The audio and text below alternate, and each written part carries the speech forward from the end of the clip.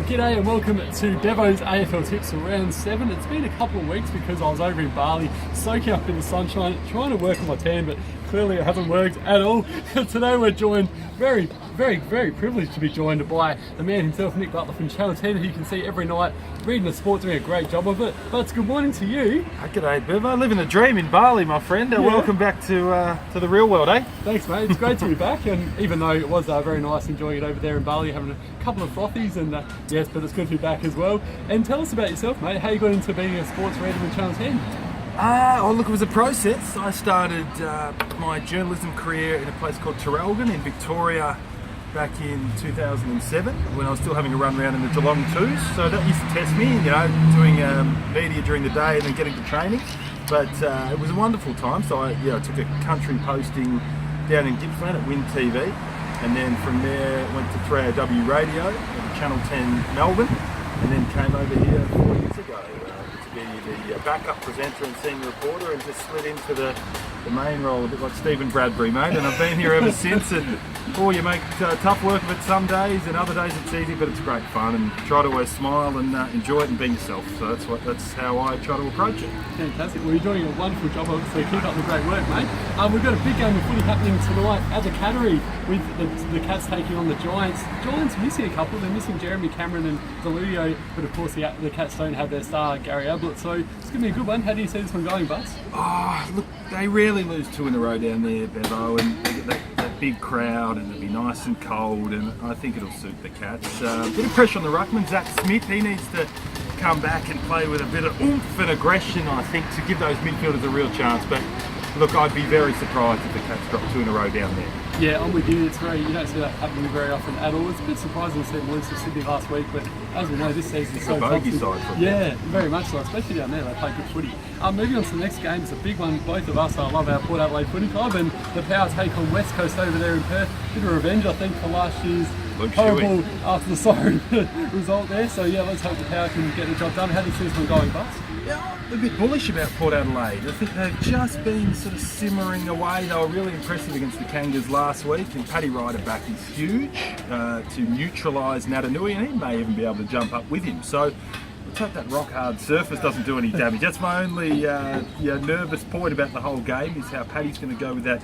Achilles. That is a bugger of an injury. It hangs around like a toothache, the tendonitis. So yes, hopefully he's good to go. He can jump up and give Boakey and Ollie Wines and Robbie and these lads first use. And I think Port Adelaide can knock them off. I'm really bullish about their prospects if everything settles. And I don't think they've had much luck so far with personnel and a couple of off days. And that's AFL footy these days. But I think they've rested pretty well post North Melbourne. Pittard is a good one as well. He gives them that dash and dare off half back and sets up a lot of their attacking thrusts. So yeah, I think Port Adelaide might get up in a close one.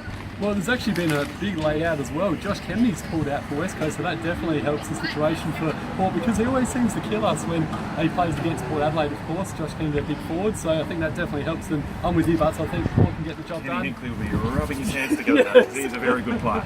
Very much so, and I think they started to show some really good signs last week against the Kangaroos, and let's hope they can take that forward to tomorrow's big clash against West Coast over there in Perth. Indeed. Another good game tomorrow night that's been happening. It's going to be happening at Adelaide Oval with the Crows and the Blues. Blues are missing Charlie Curnow, and obviously they're still missing their skipper Mark Murphy, but they have got some good young guys coming through as well. 0-6, it hasn't been the best start for Brendan Bolton and the Blues, but can we see a bit of a surprise result tomorrow night, or do you think the Crows will be too strong? Look, I think the Crows will be too strong as my phone goes off. There's not too much we have to worry about there. We'll answer that in a minute. I think the Crows should win. Carlton will make it a grind, and I'm not as despondent about Carlton as a lot of people are. I think Cripps is an absolute superstar. I like young Phillips, the ruckman. Cruz are back in. Kaz Bolt's really improved his kicking and has a bit of presence. So look, the Crows should win by 40 or 50 points. I think Carlton will make it a grind and put a couple behind the ball. So it might not be one for the name of game archives. But I can't see it being a 100-point blowout, and I think Carlton will end up being okay. They've got some... Tresky Seaton's a really exciting player. I like Dow. I like Lockie. Who's the other kid, number 4? Zach Fisher. No, Zach Fisher's a good player, number 25 with some pace. They've got some draftees that play footy the right way. And Lockie O'Brien's the one I'm thinking about. Yes, top draft pick, great runner. Where's the number 4? Blues will be okay in 2 or 3 years. Crows easily tomorrow though. Yeah, it'd be interesting as well because we had the wet conditions recently, or the last couple of days, and we saw that against Collingwood the other week. But the Crows, they're not quite as good in the wet as they are in the dry. So it'd be interesting to see if we get some wet conditions tomorrow night. Like you said, it could be a bit of a slog, but yeah, I think the Crows will win quite comfortably, maybe 5 goals or so with that one. So yeah, with you there. Yeah, so next game we go to Butsy. We've got the Dogs against the Suns at Mars Stadium in Ballarat. My tip for this one, it'll be very cold, mate. Bring your long sleeve jumpers, throw a glove on, wear a beanie in the warm-up. Dogs, a couple of good players out. Easton Wood's not playing. Both Suns skippers not there. Just too hard for the Suns, I think, going all the way to freezing Ballarat. They've got a horrendous injury list at the moment. So it'd be a minor miracle, I think, for them to get up. So Dogs for me. It won't be pretty. It's cold. I don't know if it's going to be wet. It's always windy there at Mars Stadium. It's like playing footy on Mars. So it might not be pretty as well. But I think the Dogs should be able to get up pretty easily. Yeah, I think you're right with that one. And especially the Suns missing Tom Lynch as well, their skipper and star forward with that one. Yep. And going to the next game, we've got the Swans. This should be a big game. The Swans minus Buddy Franklin. They had a good win last week, as we talked about earlier, against the Cats. They're taking on the Roos at the SCG. The Roos, of course, losing to Port last week by 33 points. This should be a good game though, Buds. How do you see this one going? Swans for me, just because it's at the SCG, but I've really liked the Kangas this year. They're a little bit down last week against Port Adelaide, but Ben Brown's a star. Cunnington's as hard as a cat's head. Yeah. Zeeble, big, strong. He's a bit like a poor man's Dustin Martin in some ways. He just doesn't lose contests. Goldstein starting to improve a little bit. They'll be competitive, the Roos, but the Swans, after knocking off the Cats down at the Cattery, you couldn't go past. But I expect a pretty good game of footy. Yeah, it should be a good one. I'm with you. I think the Swans at the SCG, they're just a little bit too good there for the Roos, but should be a close one, that one. Yep. The Bombers against the Hawks, this should be a beauty. These two teams do not like each other at all, Butts. My tip for this, a melee. They've got history. It goes back to the 80s, and Durham and Van der Haar and Simon Madden and all these guys punching on, and then it really exploded back in 04, didn't it, with the line in the sand. Just a great rivalry. It gets overplayed by us in the media a little bit. I'm sure the players aren't losing too much sleep over what happened 30 years ago. But it's there, and it's there for the fans, and there'll be a real anxiety and energy in the air. We love that in footy. Yes.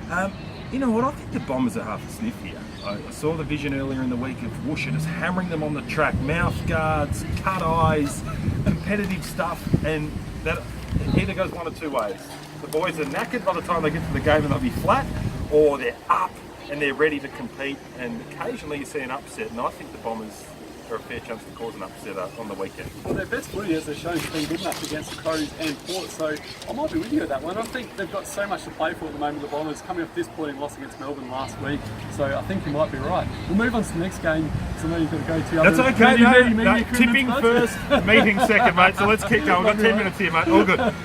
So the Tigers take, how good are the Tigers playing at the moment? They're top of the ladder, absolutely flying. They take on the Dockers, who come off what a ripping game that was last week in the Derby against West Coast. They lost by 8 points, but Dockers aren't playing bad footy, but it is at the MCG. Tigers for me. Yeah. Although the Dockers was at the David Mundy game last year where he put them away virtually on the siren or after the siren. So look, Ross being Ross, he's had a tough week, hasn't he? Will probably put numbers behind the ball and make it a bit of a scrap fest, but the Tigers are irresistible at the moment. You know what you're going to get with them every week, from Alex Rance down back to Revolt forward. Little Higgins, you know what he's going to bring now? Energy, goals, big celebrations. And Curvis is becoming a star, a big battering ram ruckman. Their midfield's deep. Koch and Martin. Caddy's becoming a really good player, so Tigers will win 5 or 6 goals. Tigers to me as well. And the final game of the round, some Lions against some Pies. Now the Pies are missing. We've got 2 here, haven't we? Sorry, I missed the Saints and the D's. My apologies. We'll get to the Saints and D's afterwards. The Lions and the Pies at the Gabbert. Lions still yet to get a win, but I reckon they've got Hodge back into the side. They've got Matt Eagles, the recruit winner. What a story that is. That's a good From story. a couple of years ago. So yeah, he's going to debut. Big hair, hasn't Big hair, that's the one. Yep. So the Lions against the Pies. Pies, of course, have had a couple of games within the last few weeks, and they might be a bit sore. So I'm actually going to call an upset. I think the Brisbane Lions might win this. What do you think? Real flip of the coin, this one. I'm with you. I don't think the Lions are as bad as everyone thinks. A little bit like Carlton. They're going to struggle this year, but there is some real green shoots there. McCluggage is a really nice player. They've got the boy Witherden who kicks the ball really well. I love Eric Hipwood. They're a show. If they play like they did against Port Adelaide, Collingwood do travel well. traditionally. They came over here and beat the Crows just for years. They've been a good travelling side. They obviously get their preparation right and their routines, and they eat well and sleep well. I don't know what they do, but they tend to play well on the road because of that, and the recent form they've shown. I'll go with Collingwood, but only by 4 or 5 goals. Yeah, it should be a good one, that one. And the final game, we'll get this one now, it's the Saints versus the D's. Saints have to get a win if they want to play finals footy this year, Butts, and the D's are another team that their best footy is really good, but they have been inconsistent this year. Yeah, I'm going to back my old coach, Alan Richardson here. I think the Saints might turn this around and bring that extreme manic pressure that they bring when they're at their very best. Jack Stephen and these guys at Sinclair need to just become tackling animals. And when they bring that, they can push the best sides. They had the draw with GWS, didn't they? So I think Melbourne are a bit flighty and a little bit suspect to absolute crazy pressure. So I know they've been disappointing, the Saints, and it's almost last chance saloon for them, but I'm going to pick another upset here and think the Saints might get up. You know, real scrappy 16, 17 point one, but pressure is king in these games, and I think the Saints might bring it. Yeah, I think the D's are playing some good footy at the moment, and they'll continue their good form from their win last week. Tough round, isn't it? It is a very tough round. A lot of games that could go either way. Well, that's all our tips for round 7. Butsy, thanks so much for coming on. It's been a pleasure having you, mate. Loved it, mate. You're doing well. Great to see you happy and healthy, and I better get to my meeting. My phone's going bananas. Thanks so much, mate. Cheers.